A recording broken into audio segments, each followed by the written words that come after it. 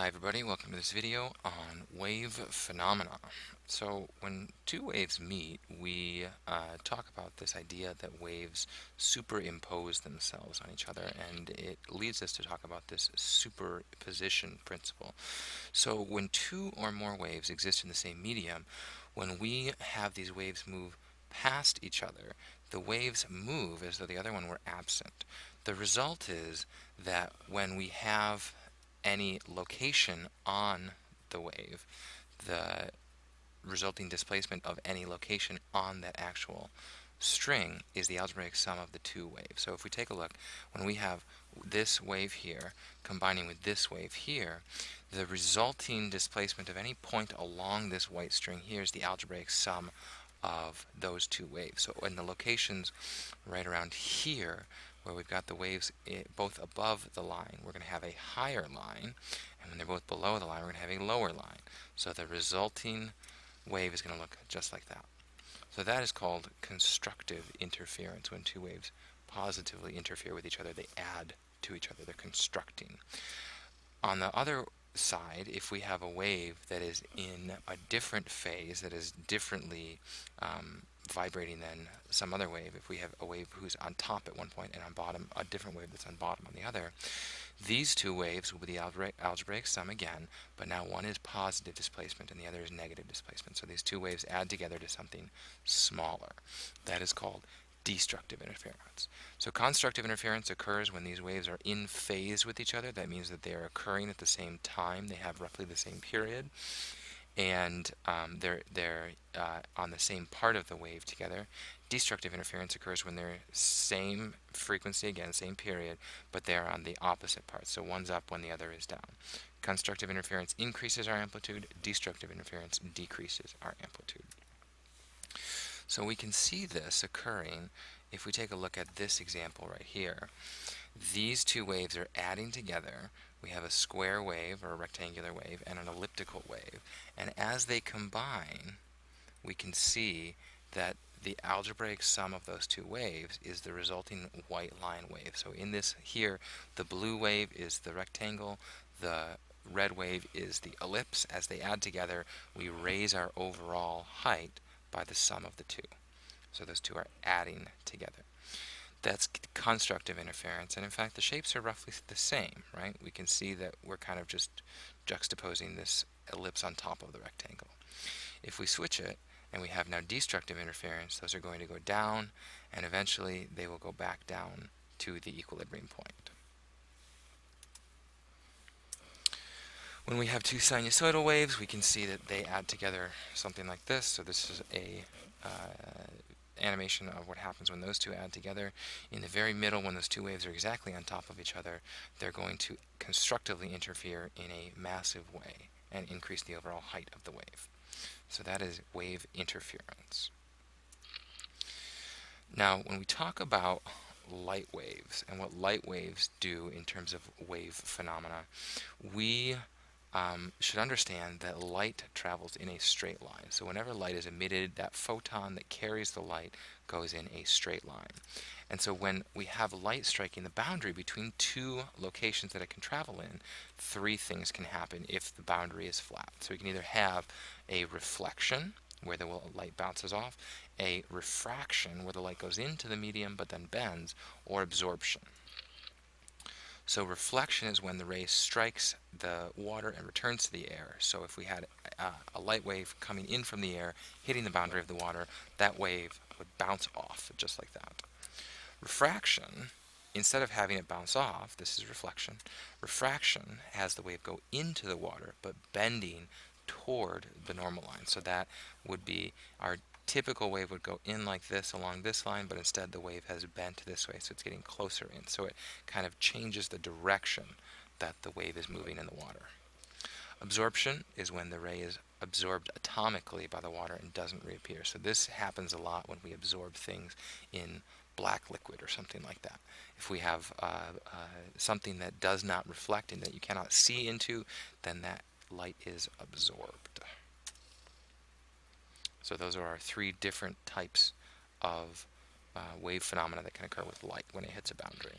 Now, reflection, it's important to understand that when the light comes in, the angle of incidence, which is the angle that it comes in at, this one right here, and the angle of reflection, that's the angle that it goes off at, compared to the normal line, those two are equal. That has to do with the fact that the light is bouncing off on a very smooth surface. So the law of reflection says that those two angles are going to be equal. We measure all of our angles with respect to the normal line here. They all lie within the same plane, so they're all on a flat sheet of paper, and they bounce off of each other in a way that allows us to see those angles are equal. So we could have it bouncing in from the left and out to the right, or bouncing in from the right and out to the left, and those are exactly the same resulting physics. Refraction, as we mentioned, was the bending of light as it passes from one medium to another. So it would bend in toward the normal line. We have the angle of incidence of the water and the angle of refraction, angle of incidence from the air and the angle of refraction from the water. And those two are going to be different so long as they are different materials. They are, again, each measured with respect to the normal line, but they are, again, going to be different. They lie in the same plane and are reversible. That is, that we can have the water be the first thing that we come from, so the light could go from the air to the water, or it could go from the water to the air, and the same thing would happen. If we went from the water to the air, we would bend from a closer angle to a farther away angle. Refraction distorts our vision mostly because of this idea that the angle is changing. So when we put a pencil in water, for instance, we would think that the pencil, or we know that the actual physical tip of the pencil is somewhere down here. But because of the distortion of the light waves, because this light wave is going to change our location, apparent location of the wave, we anticipate that the pencil is in a different location than it actually is. Same thing happens if you're looking at a fish. The fish is actually going to be up here, but instead we anticipate that it's going to be down here. So when we think that light travels in straight lines only, that's only true when it's traveling through the same medium. So this is a common issue when you end up having situations like spearfishing, or if you were ever trying to grab something underwater, you would have some issues locating it because of this idea of refraction. And here's an example, an actual photo that was taken. If you stick inside a glass of water, if you stick a straw into it, the straw will appear to be broken because the light that's coming out of the water is bending away from where it is supposed to go. So because of that bending, we see this oddly shaped straw.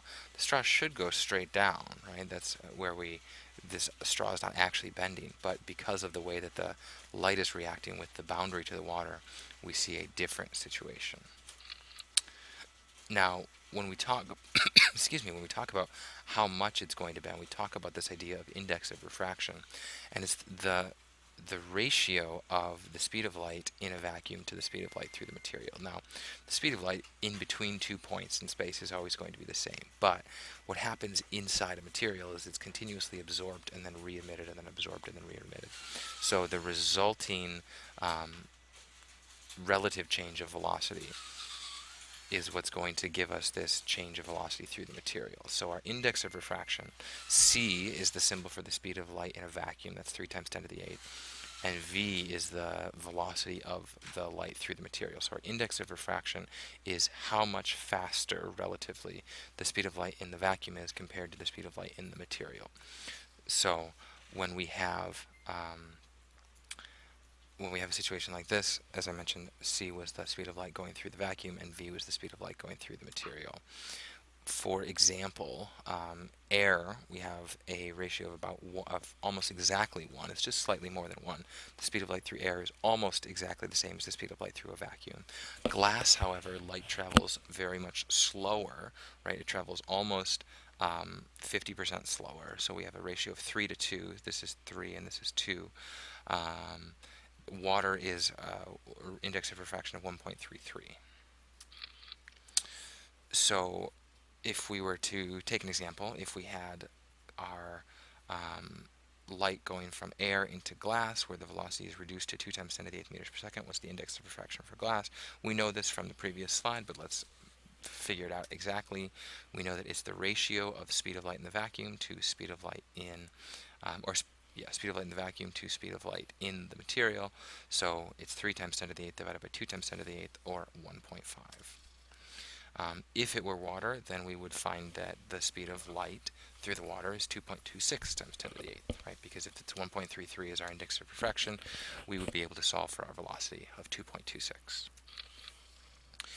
This idea of refraction is kind of like if you were to travel from pavement to sand and then back to pavement. So going from glass to air, we have light bending as it goes from the air into the glass and then back into the air again, right? Because it's traveling much slower through the glass than it is through the air. And the same thing happens when we travel from pavement to sand. So when we go from pavement to the sand, we know that the velocity going through the sand should be smaller than the velocity on the pavement because we're slipping and sliding and things like that. So because of that change, we end up having this wheel here is going to rotate on the pavement more than this wheel will. So we're going to turn this way, and then by the time we get down here, this wheel catches the pavement first, and then we turn back this way. So the resulting motion going from pavement to sand back to pavement is almost exactly the same in terms of the result from going from air to glass back to air again. The useful mathematical relationship for refraction is called Snell's law.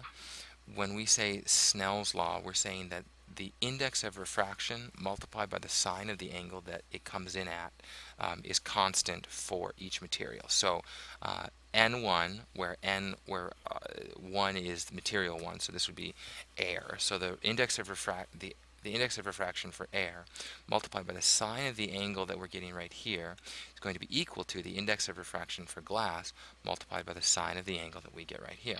That's this right here. So take a look at that again, copy that down. That's an important equation for us to understand. So here's an example. If light travels through a block of glass, then re-emerges into air, find the angle of emergence for the given information. So let's say it comes in at an angle of 50 degrees here. Go ahead and try to find this angle here, theta of the glass. Pause the video and take a look. Welcome back. Now that you've found that, go ahead and pause the video and try to find this angle right here that re-emerges into the air. Okay, welcome back. So first we have to find the theta g inside the glass. So we know that the index of refraction for air multiplied by the sine of this angle here is going to be equal to the index of refraction for glass multiplied by the sine of this angle. So doing that, we find that our angle, theta g, is 30.7 degrees. So it comes in at 50 degrees here, it goes out at 30.7 degrees here. Then we know that because this angle is 30.7, that this angle is also 30.7. So now we can do the same thing on the other end, and we see that the angle that it leaves at here is 50 degrees. When we have an object that is allowing light to go through it, the frequency of the light as it enters this medium is unchanged. So if we have a wave that is going from here into air and then it's reaching glass, the frequency of that light is unchanged. The result is that we will have a slightly shorter wavelength because of the changing velocity.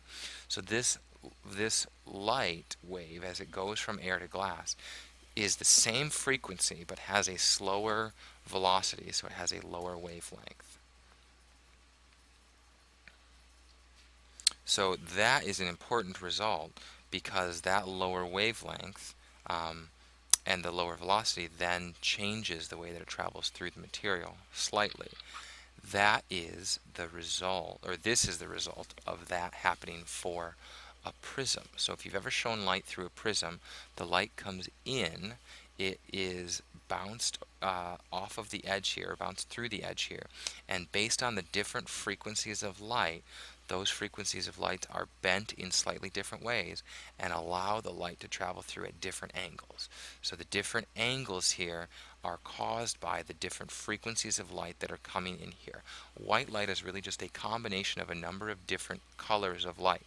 So if all of the colors of light are coming in here, then all of those colors of light, because of their different wavelengths, are going to go through the prism slightly differently. So dispersion is happening here because our white light is separated into its various colors. It's refracted at different angles due to the different wavelengths.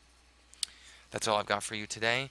I hope you enjoyed this short video, and please look for a homework quiz next class.